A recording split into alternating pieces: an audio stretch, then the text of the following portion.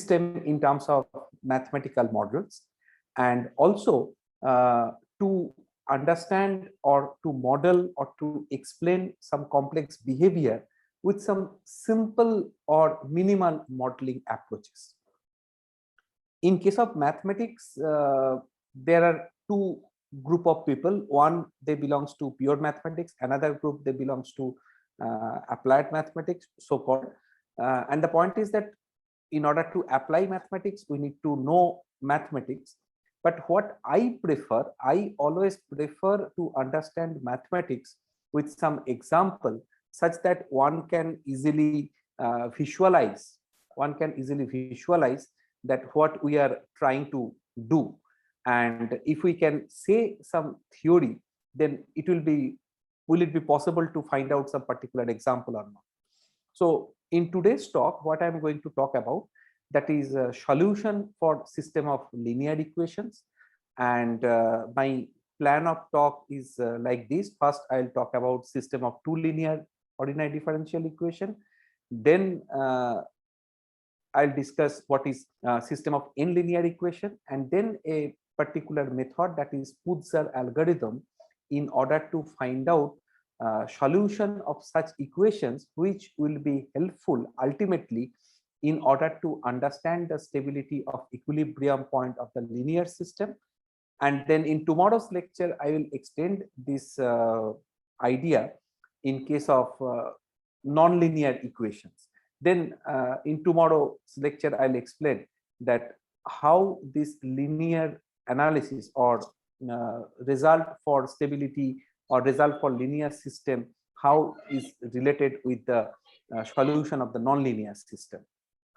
So let us start with system of two linear equations. So what we are trying to give emphasis, we are trying to keep emphasis on the fact that we have this type of system of two linear equations, that is dx dt equal to linear combination of x and y, as well as dy dt is also equal to linear combination of x and y. So this type of equation can be put into the matrix form, dx dt equal to capital A into x, where A is a 2 cross 2 matrix and x is a column matrix. And here, first of all, we are assuming that all the coefficients are constant. So the general solution of this system can be written in this particular format, which is a linear combination of two solutions, x1 and x2. And this x1 and x2 should satisfy one condition, that is, they must be linearly independent solution of these two equations. Now the question may arise that how to find out this linearly independent solution.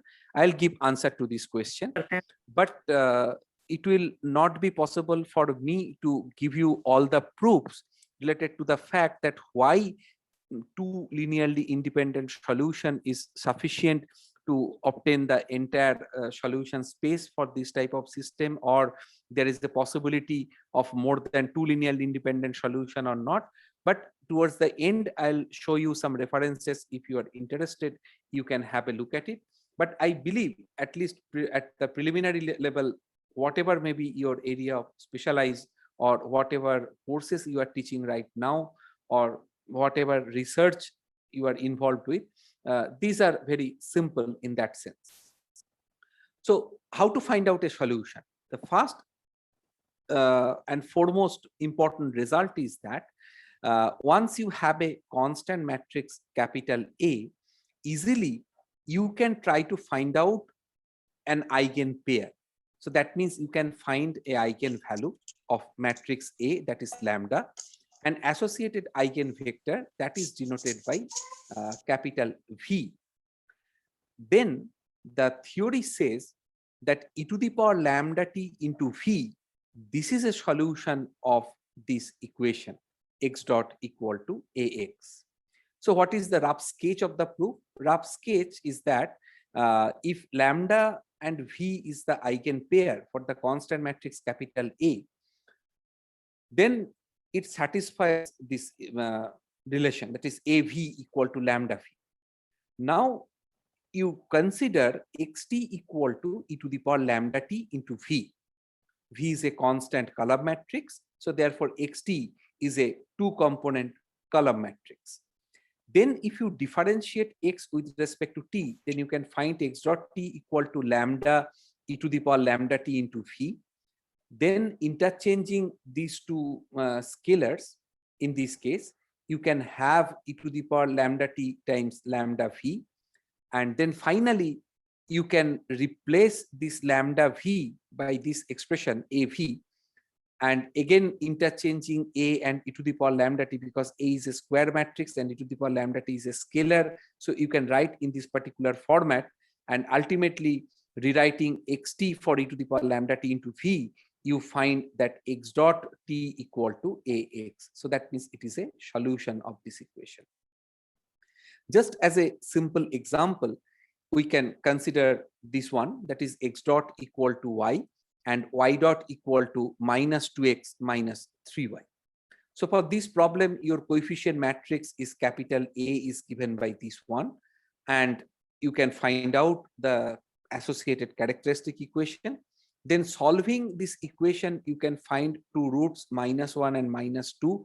Those are the eigenvalues for this matrix, and these are the associated eigenvectors. So therefore, -1 combined with 1 minus 1 column vector and -2 with 1 minus 2 column vector, they actually constitute two eigenpairs for the matrix capital A. And then using this particular theory, you can write down these are two solutions. So here directly I have written that two linearly independent solutions are these.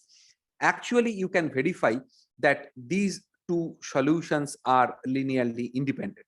So that means if you multiply these two vector functions by some constant c1 and c2, then if you try to find out the values of c1 and c2 for which c1 v1 plus c2 v2 will be equal to 0, or precisely it will be better to say c1 x1t, which is this one, and c2 x2t, where x2t is this one. So if the linear combination is equated to 0, 0, then the only possible solution will come out as c1 and c2 for all t is nothing but c1 equal to 0 and c2 equal to 0, which implies these two functions x1t and x2t, they are linearly independent.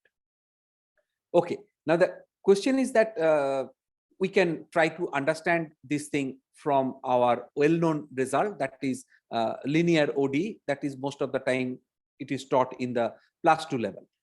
So the given equations are this one. So from the first equation, you can write x double dot equal to y dot. Then for y dot, you can replace this expression.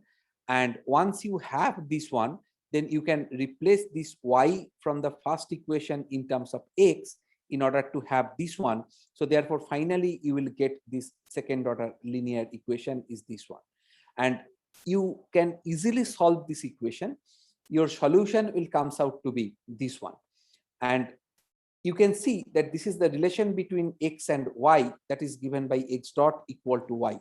So in order to find out y, you can differentiate this x with respect to t in order to have yt equal to this one. Now, if you write down the solution into the matrix form, so then you will have this one, and then separating the constants c1 and c2, you can have this solution in this particular format. And now you can verify that these two functions are nothing but whatever we have obtained using the eigenvalue eigenvector method. So the point is that cleverly I have chosen this example in such a way that once you can find out x, then just by substituting the first equation, you can find out the solution for y. You may ask the question, if this equation is not so easy, then what can be done? Then the suggestion is that you just express y in terms of x and x dot, and substituting x in that particular equation, you will get the expression for y. Now, this is true, or this is easy in case of two equation. It might not be easy for n equations. So that's why we need some other kind of method. And also the point is that once we have this type of linear equation, that means we have a 2 cross 2 constant matrix, then eigenvalues are not always ensured to be two distinct real numbers. They might be real numbers which are equal, they might be imaginary numbers. So many possibilities are there, but possibilities are not enormous. Rather, we can club them or we can list them in at most 3 categories. So the point is that how to ensure the solution, or how we can ensure the solution of a given system, or its well-definedness. We can consider this theorem. We can consider that this linear equation, that is x dot equal to ax of two equations, such that it admits two solutions of the form x1t and x2t, then they satisfy the initial condition x10 and x20, where instead of linear independence of x1 and x2, we are considering x10 and x20 are two linearly independent vectors. And then what we can say that this solution xt equal to this one is actually unique solution of the initial value problem, where equation is given by this one x dot equal to ax, but initial condition is given by x0 is equal to this one. So what is the main take home message for this theorem? Main take home message is that if you have a system like this and one initial condition is given, how to find out two solution? Answer is that once your initial condition is given, then you express this initial condition as a linear combination of this type, such that this x10 and x20 are two linearly independent column matrices. Once you have these two column matrices, then you can find out the solution of the corresponding two initial value problems, such that x dot equal to ax subjected to x10 and x dot equal to ax subjected to x20. Then what you will find? You will find two solutions. Those are now called as x1t and x2t, and you can prove these two solutions are linearly independent. So this theorem gives you somehow an idea that in case of a system of two linear equation, initial condition will have initial values for x and y. So that means two component scalar, that is an element of R2, and any element of R2 can be expressed as linear combination of two component vectors, that is of the form 1 0 and 0 1, not restricted to this one. You can choose some other combination also, and therefore once you have these two linearly independent vector, then you can find out the corresponding solution like x1t and x2t. And as the entire R2 can be spanned with two linearly independent constant vectors, two component constant vectors, this also ensures that solution of this equation subjected to any initial condition, which is a point in R2, can be expressed as a linear combination of two linearly independent solutions x1t and x2t. Now, this theorem is an interesting one. It talks about the fact that you have this system of linear equation, of course, two linear equations, and A has a pair of real distinct eigenvalues. So once you have two real distinct eigenvalues, then from preliminary results of linear algebra, it ensures that the associated eigenvectors v1 and v2, they should be linearly independent. And once your v1 and v2 are linearly independent, so then you have the solution, general solution xt equal to this one, such that e to the power lambda 1t v1 and e to the power lambda 2t v2, these are two linearly independent solutions.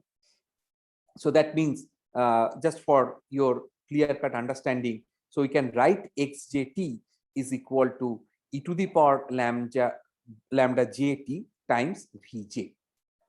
Now the point is that in order to understand the all possible form of the solution of two linear ODE, we need to understand the solution of this type of equation where A takes any one of these three forms. Now my suggestion is that if you can understand solution of a system of linear equation in this form where A is any one of these three format, then you can find out solution of any 2x2 linear system. That means two linear ordinary differential equations. Why this is so? This is so only for the reason because if you think about the characteristic equation of a 2x2 matrix A, so then its roots will be of three different forms. First one, roots are real or complex. If roots are real, then the next question is that they are equal or unequal. And now if you compare the situations, this is corresponds to, that is diagonal matrix lambda 1 lambda 2 corresponds to the Jordan canonical form of a matrix capital A for which two eigenvalues are real and distinct. This is the case, that is the matrix A alpha minus beta beta alpha.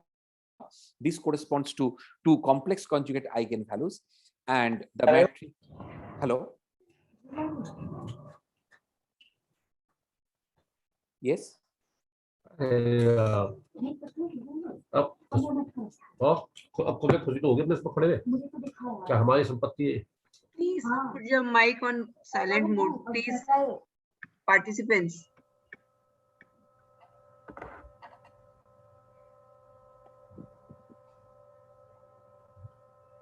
So, another possibility is that two roots are real and equal, but this eigenvalue lambda cannot give us two linearly independent eigenvectors. So in that case, Jordan canonical form will be in this format, that is A equal to lambda 1 0 lambda.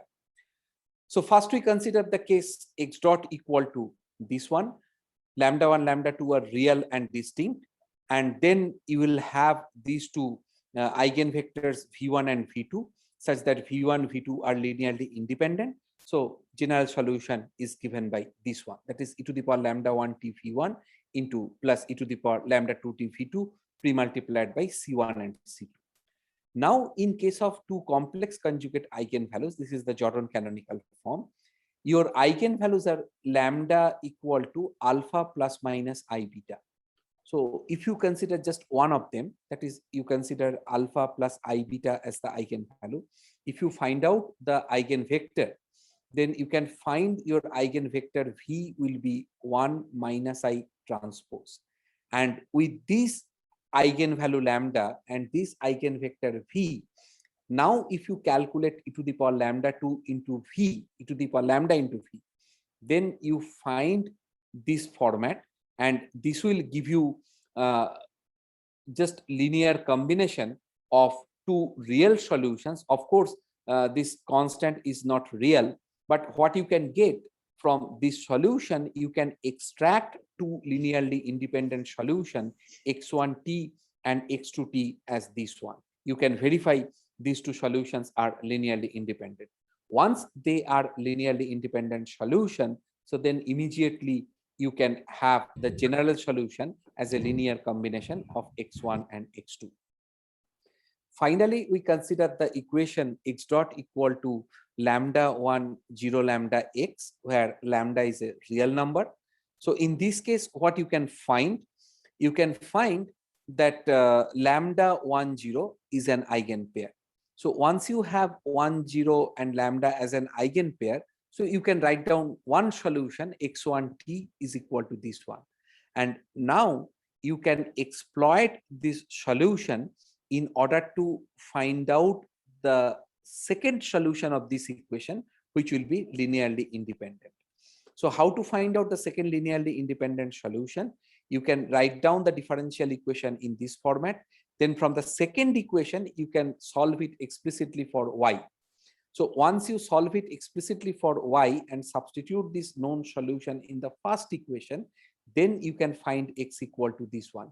And knowing these two solution, now you can write that means separating the two solutions which are coefficients of C1 and C2, then you can find x1t is this one, but second linearly independent solution that will appear to be as e to the power lambda t multiplied by t1.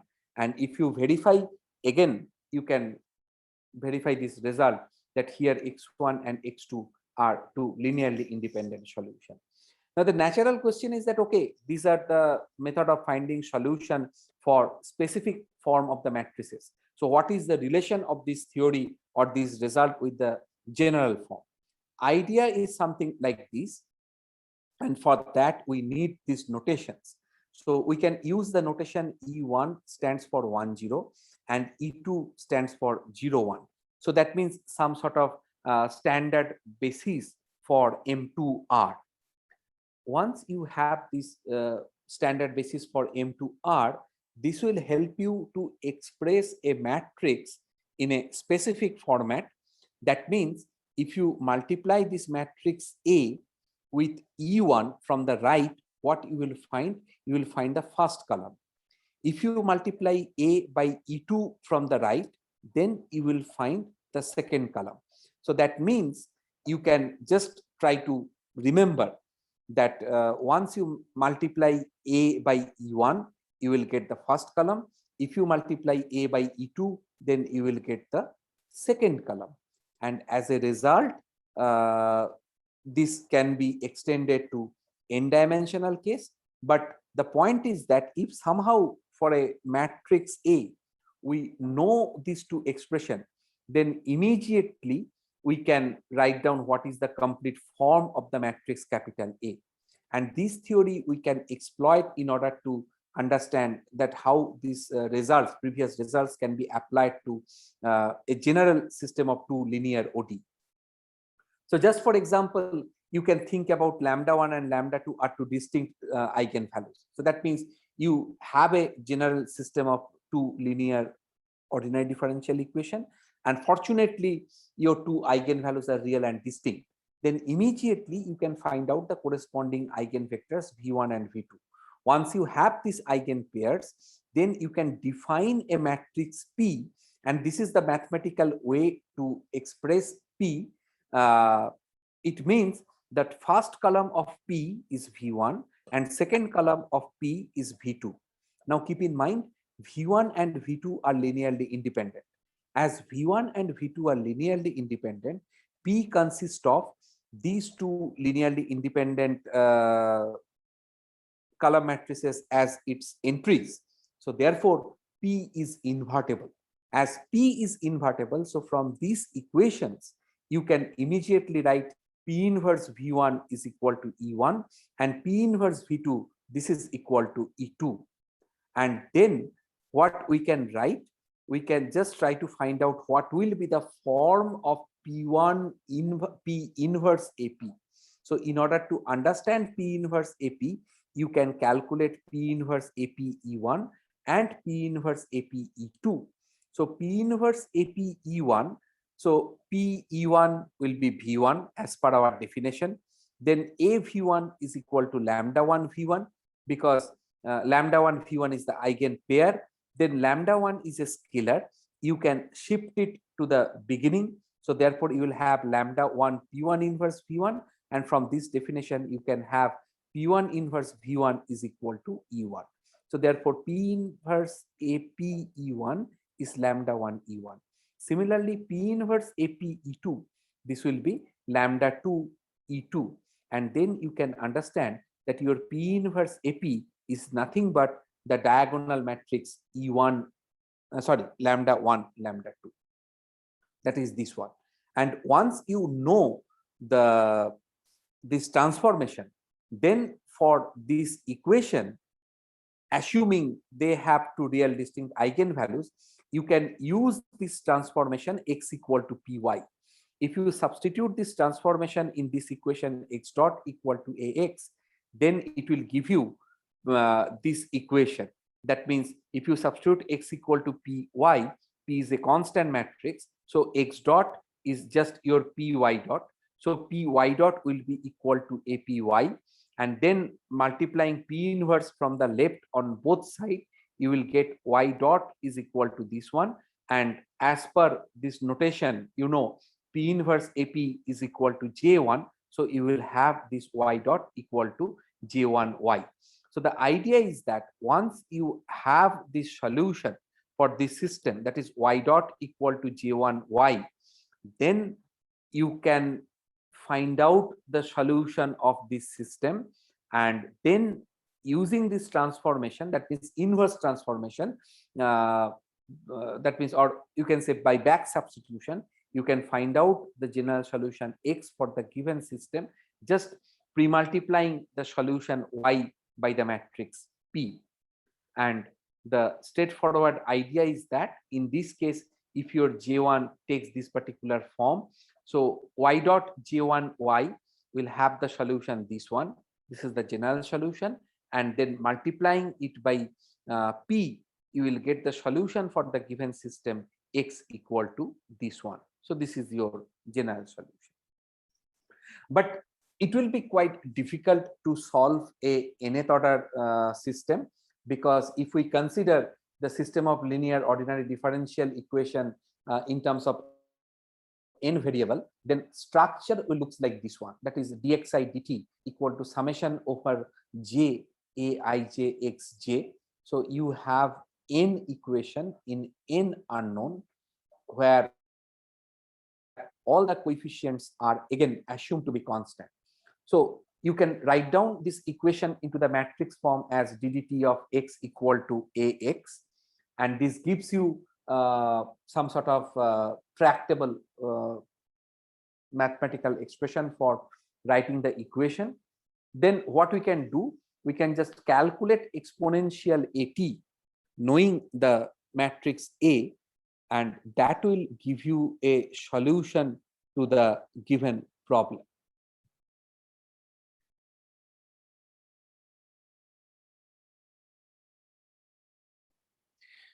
Okay, so we can calculate exponential at for n cross n matrix function, this one. And for that, what we need, as in case of two equation, so in case of n equation, we need to find out n linearly independent solution.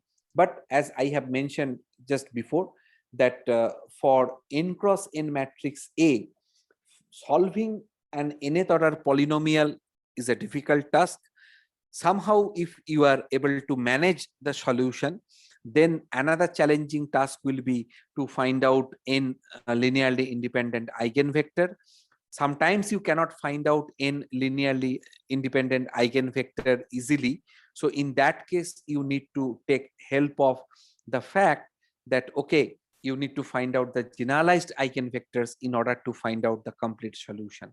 So that's why we can take help of a new algorithm that is called Putzer algorithm in order to find out exponential at, because exponential at is also a solution of the equation x dot equal to ax, just as a single variable ODE. In case of single variable ODE, if you think about the equation dx dt equal to alpha x, so the solution is x equal to e to the power alpha t. So similarly, we can prove for system of linear equation of the form x dot equal to ax, e to the power at, where a is a matrix, is the solution for that equation when pre-multiplied by some appropriate constant. So actually, e to the power at is an n cross n matrix function of t. It consists of n columns, and it can be proved that columns are linearly independent. But it is a straightforward way. Whatever matrix A is given, knowing the matrix A, you can find out some relevant quantities from where you can immediately get the exponential of a matrix, and n columns of exponential at are your n linearly independent solutions. And once they are n linearly independent solutions, so then you can write down their linear combination in order to have the general solution for system of n equations. So first of all, in order to find out e to the power at, you find out all the eigenvalues. So that is the mandate. So somehow you need to manage what are the eigenvalues. If the matrix is quite complicated, that means you cannot find out these eigenvalues explicitly, then it would be difficult to apply this algorithm. But at the time of examination, once we ask the student to solve a problem, then somehow it is implicitly mentioned that, okay, you can find out lambda j without much difficulty. But for certain system, of course, I cannot give you assurance that all the system can be solved easily. Rather, some numerical techniques is required to be adopted for some practical purpose in order to find out the roots of nth degree polynomial. So once you know the n eigenvalues lambda j, so the point is that if any one of those eigenvalues are repeated, you need to list them as per their multiplicity in order to have the list of n eigenvalues. So suppose you have a 3x3 matrix, you have one as a eigenvalue with multiplicity 2 and another eigenvalue is -1. So then your list of lambda j will be 1, 1, -1. I am not insisting you that first write down the positive eigenvalues and then negative eigenvalues. That is completely your choice, how you are going to arrange them, but you need to list each of them. So once you have this lambda j, and then if you can calculate this matrix mk and pk plus 1 t's, then their linear combination and their summation will give you the desired expression for e to the power at. Now, how to find out them? The M0 is your n cross n identity matrix. Then rest of the MKs, they are defined by this one. So M1 will be a minus lambda 1 in, M2 will be a minus lambda 1 in into a minus lambda 2 I2, and so on. And now you can understand that in order to find out these MKs, you need the complete list. And then from where we will get the solutions for PJTs. These PJTs, they are solution of these linear ODEs subjected to this type of initial condition. Any question? I can see one raised hand.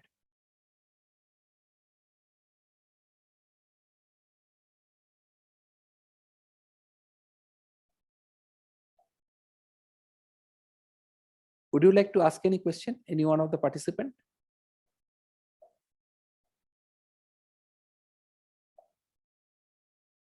Okay. These are the initial values. It looks like quite complicated, but if you have a closed loop, then you can understand that first equation is P1 dot T equal to lambda 1 P1 subjected to the initial condition P1 0 equal to 1. So immediately you can solve this equation. Once you know P1t, then you substitute into the second equation, because second equation is P2 dot t is equal to P1t plus lambda 2 P2t subjected to the initial condition P2 0 equal to 0. So from here you will get P2 0. And if you proceed in this way, ultimately you can find out all the PJTs for j ranging from 1 to n. And now how we can prove that e to the power at will be equal to this one. So actually we need to show that they are actually give you the solution for the matrix differential equation x dot is equal to ax. So consider this expression phi t equal to this one. And what we need to show? We need to show that this phi t satisfies this matrix differential equation subjected to this initial condition x0 equal to in. So your phi is given by this one. If you substitute t equal to 0, you will have this expression. And from previous equations, you can recall that except p10, all other pj zeros are exactly equal to 0. So therefore, this summation is nothing but p10 m0 M0 is by definition In, so phi 0 equal to In. So this condition is already satisfied. So that means if you define phi t in this particular way, where Pjt and Mj, these are defined as I have mentioned earlier. So immediately you can show phi 0 equal to In. So now we are left with the proof that we need to show that phi dot t will be equal to A times phi t. In order to prove that, keep in mind that Pjt, they satisfies this type of linear equations. So then if you differentiate phi dot t, it will give you this expression. And from the previous slide, you can keep in mind only the expression for P1 dot t is little bit different compared to other components. So that's why we can divide the summation into two parts. So for P1 dot t, we can write this one. And for rest of them, we can write in this particular format under summation sign, such that Pk plus 1 dot t satisfies this equation. And then you can keep in mind that by definition, Mk plus 1 is equal to this product. Now, if you take the one factor, you just take it out from this particular product. That means if you just consider A minus lambda k plus 1 In outside, so then you will have this expression. And then you can clearly understand this is nothing but your Mk. So if you substitute Mk instead of this expression, then immediately you can find Mk multiplied with this one from the right will give you Amk minus lambda k plus 1 In Mk. Now In Mk is your Mk itself. So therefore Mk plus 1 is equal to Amk minus lambda k plus 1 Mk. Then that is this one. Now if you substitute in this particular expression, that means already we have calculated phi dot t. Then what is A phi t? A phi t is equal to this one, because this is the expression for phi t. And now if you take A inside the summation notation and use this result, then you can obtain this expression. Amk just comes here, and using this formula, you can write this one, and then you can separate them into two different summation, that is from k0 to n minus 1 this product, and then 0 to n minus 1 this product. So these are the sum of two terms. And then finally, if you write down phi dot and A phi t simultaneously and look at the terms very carefully, then you can identify some of them, they are matching with the terms on the other side. So from the first expression phi dot t, this lambda 1 p1 t in and this part matches with this term under summation, because keep in mind that here you have n minus 1 terms, but here you have n terms. So this n minus 1 terms of this combination, that means this one along with this one, will give you these terms if you consider the summation from k0 to n minus 1. So as a result, if you subtract A phi t from phi dot t, then you are left with these n minus 1 terms and these n terms. So their suffixes are different, and at the same time they also runs over different range. But now if you look at these two expressions side by side, you can clearly understand the term corresponds to k equal to 1 from the first summation is equal to the first term in the second summation with k equal to 0, and so on. So here you have n minus 1 terms, here you have n terms. So each of them will cancel with each other except the one term, that is PNTMN. Now what we can check? We can check that this is nothing but your null matrix. How does it follows? It actually follows from your Cayley-Hamilton theorem, because Mn is nothing but the characteristic equation satisfied by the matrix capital A, and therefore Mn will be equal to theta n cross n, and therefore whatever may be your P and T, ultimately you will have theta n cross n as a null matrix for this system. So just to quickly have a look at some of the examples. With this matrix A, you can calculate two eigenvalues 2i and minus 2i. Then the main beauty of the method is that although your eigenvalues are imaginary, you can proceed with the standard procedure, but ultimately you will end up with a solution which does not contain any imaginary component. So M1 is given by this one, M0 is the 2 cross 2 identity matrix. Then if you solve this equations, these two equations for P1 and P2, then you will find P1t equal to e to the power 2it and P2t is equal to sine 2t by 2. And therefore, if you calculate e to the power at using this formula, and after some simplification, you can find out this as the exponential at. And you can verify that at t equal to 0, this first term will give you 1, this is 0, this is 0, this is 1. So therefore, at t equal to 0, e to the power at is the identity matrix. But the beauty of this method is that from here, if you consider or if you denote the first column as phi 1t and second column as the phi 2t, this will give you two linearly independent solution such that phi 10 equal to 10 and phi 20 equal to 01. This is another example for a 3 cross 3 matrix with repeated eigenvalues. So eigenvalues are 2, 2, and 3. And therefore, if you calculate M0, M1, and M2, you will get these results. Then you need to solve this system of initial value problem. Solving, you can find P1t, P2t, and P2t as this expression.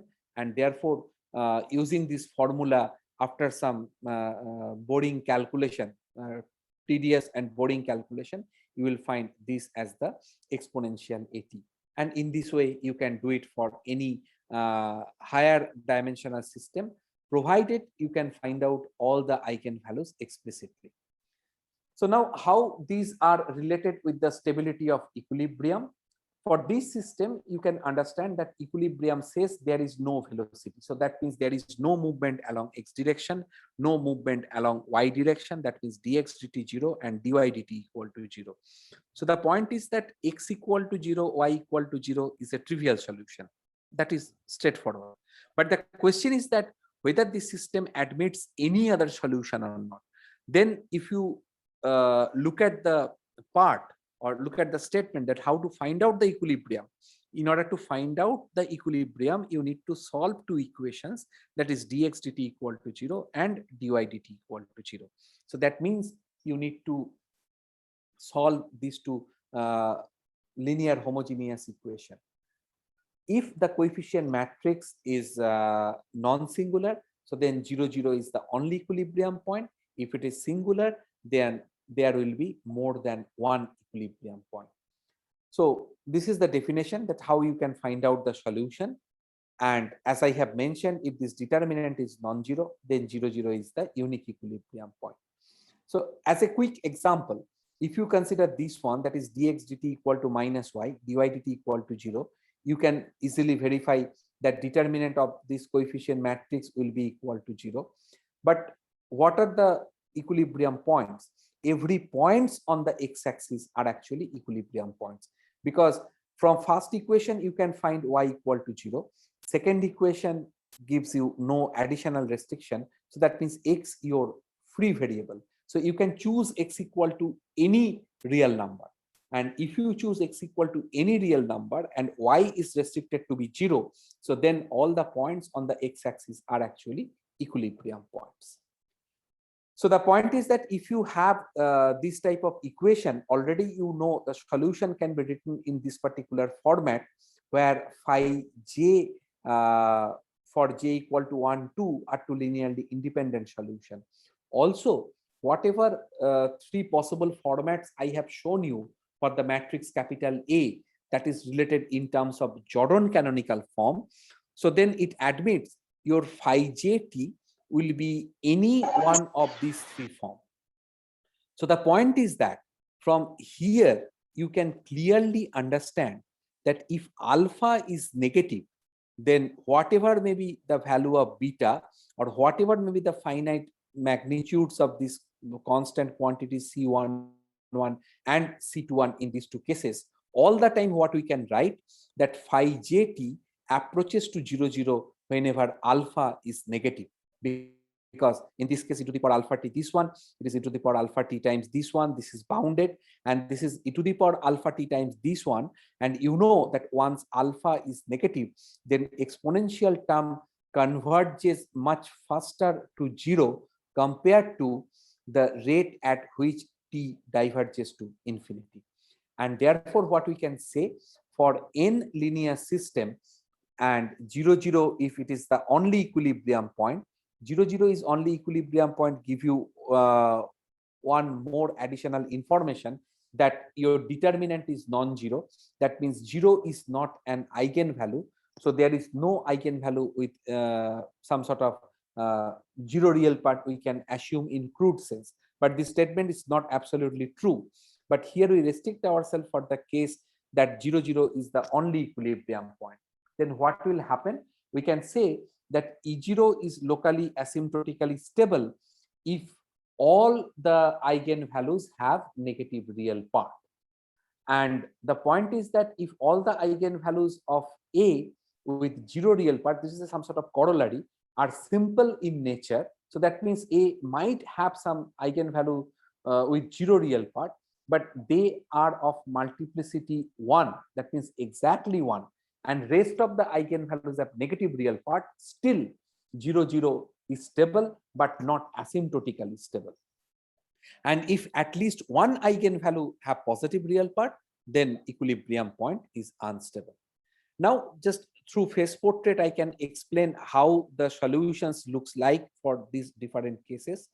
So these are complete list of different cases that you can go through, because lectures are recorded and I hope it will be available to all of you. I'm not going to read this boring list one by one. Rather, I can show you all these cases through some nice pictures, because working with too many equations for a longer time is a little bit boring.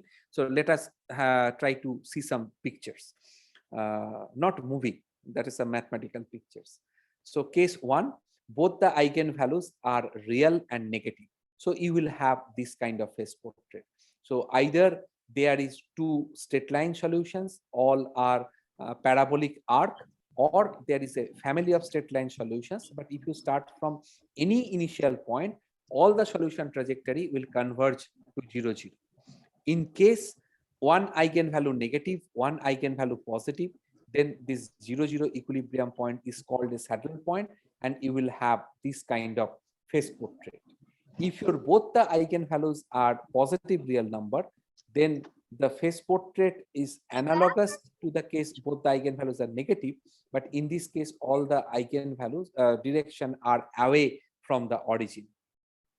Finally, if you have complex conjugate eigenvalue with negative real part, then it will give you spiraling in. So that means it will give you concentric spirals. I have plotted here just only one solution trajectory, but it will spiraling in.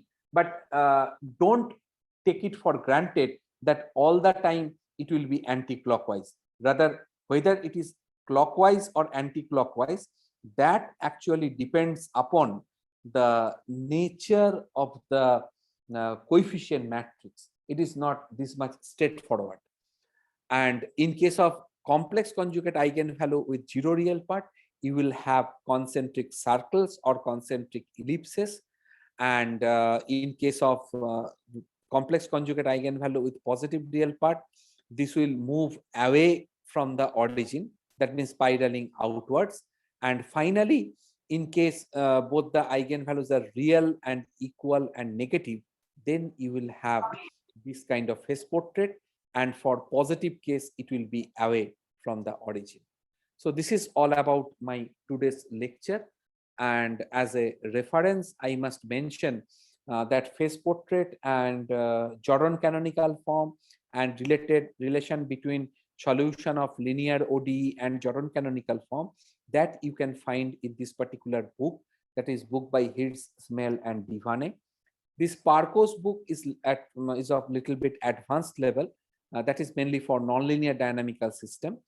But for a very good introduction to solution of system of linear equation in a more lucid manner, so that means in terms of existence, uniqueness, so many things are discussed quite thoroughly and exhaustively. If you are interested on that, then you can have a look at this book by S.L. Ross. Probably most of you are familiar with this one, but as a courtesy, I need to mention towards the end as the references. That means from where I have taken the resources. And finally, in Stogart's book, you can find out some application in case of nonlinear system that I will discuss a little bit on tomorrow.